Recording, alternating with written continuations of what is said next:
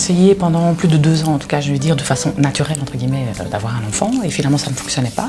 Nous, le diagnostic de on doit recourir à une fécondation in vitro, ben, finalement c'est une solution pour nous. Donc c'était quelque chose de génial, mais c'est vrai qu'on ne savait rien du tout là-dessus, on ne connaissait personne qui avait procédé à ça, donc voilà, on a démarré, on va dire, vierge de tout acte médical à ce niveau-là.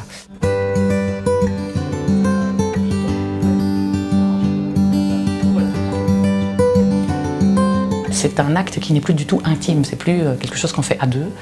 Il y a toute une équipe autour, mais il y a aussi tous les gens, que ce soit au boulot, etc., qui vous connaissent, qui savent, tiens, pourquoi est-ce qu'elle est en retard, pourquoi est-ce qu'elle arrive à tel moment ou quoi, qui savent bien à un moment donné que vous êtes dans cette démarche, et donc tous ces gens sont dans l'attente à la limite comme vous. Le meilleur moyen de vouloir atteindre quelque chose, c'est d'espérer ce but et de le vivre déjà à l'avance, entre guillemets. Et c'est vrai qu'il faut s'armer, en tout cas, de patience. Il y a de la conviction et de se dire ça va marcher.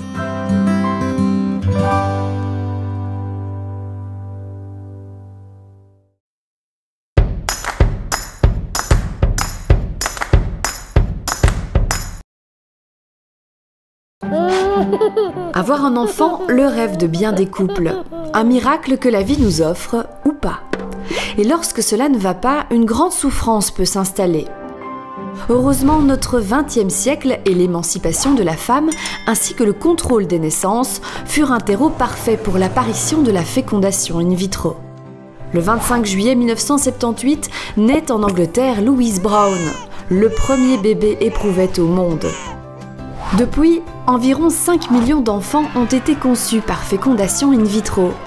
Un sérieux coup de pouce pour beaucoup de parents dont le parcours ne fut pas simple. Pourquoi cela ne marche pas? Est-ce de ma faute? Est-ce de ta faute?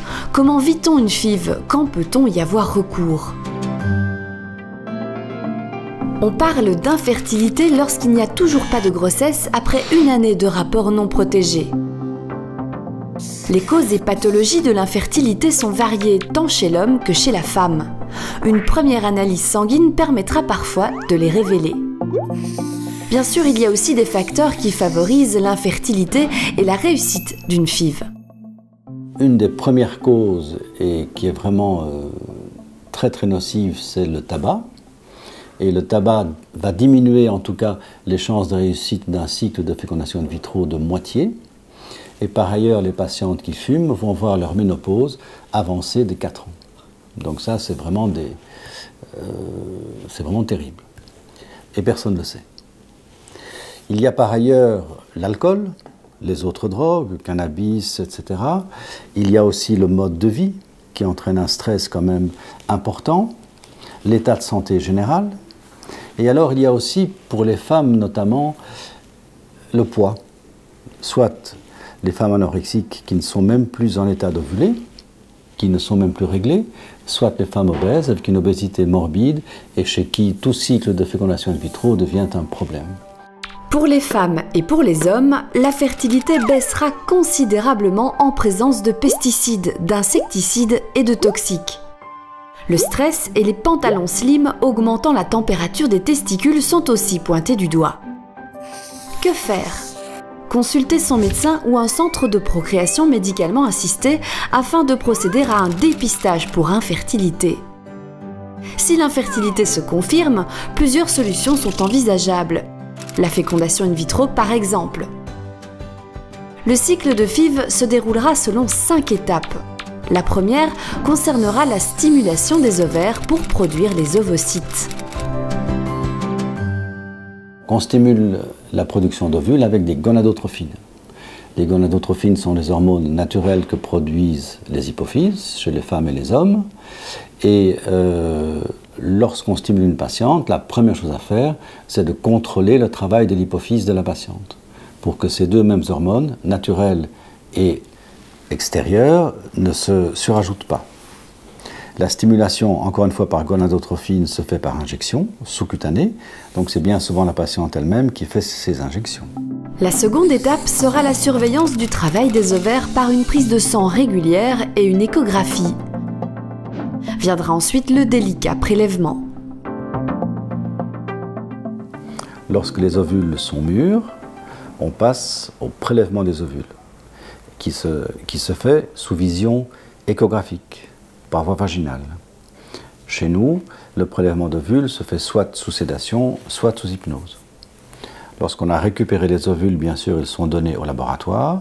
Ce jour-là, il faut également les spermatozoïdes, bien entendu, et le laboratoire va procéder à la fécondation et puis à la culture des embryons pendant 5 jours. La dernière et 5e étape est le transfert d'un embryon. Pour ces 5 étapes, un mois s'écoule, soit le temps d'un cycle menstruel. Mais que fera-t-on des embryons fécondés en trop?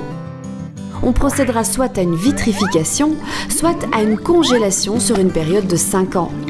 Après quoi, ils seront détruits ou donnés à d'autres couples au choix des parents.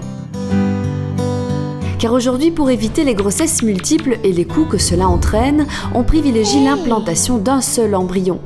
C'est dans le laboratoire de procréation, en milieu stérile, que l'on comprendra le mieux ce qu'est concrètement une FIV. Le schéma commence par un prélèvement d'ovules chez la patiente par le gynécologue dans la salle médicale dans laquelle nous sommes ici actuellement. Ensuite, le gynécologue remet au biologiste un petit tube contenant l'ovocyte qui baigne en fait dans un liquide qui est le liquide folliculaire. Et l'objectif du biologiste, c'est d'aller retrouver dans ce milieu l'ovule qui pourra ensuite être mis en présence des spermatozoïdes qui auront été préalablement sélectionnés. L'ovule et les spermatozoïdes sont évidemment déposés dans une boîte de culture qui est elle-même mise une nuit entière dans un incubateur qui est en fait la matrice du laboratoire. C'est dans cet incubateur en fait que se passe en toute intimité la fécondation in vitro. Le lendemain, le biologiste va aller observer si la fécondation s'est bien déroulée ou pas en regardant chaque ovule séparément. Les ovocytes fécondés sont à ce moment-là devenus des embryons et seront mis dans un nouveau milieu de culture, et cela durant 5 jours. Après ces 5 jours de culture, l'embryologiste va observer l'embryon qui a atteint le stade le plus avancé et qui a donc le plus de chances d'initier une grossesse, et c'est cet embryon-là qui sera donné au gynécologue pour le transférer dans l'utérus de la patiente. Si l'embryon s'accroche correctement, la grossesse s'ensuivra et la FIV sera une réussite.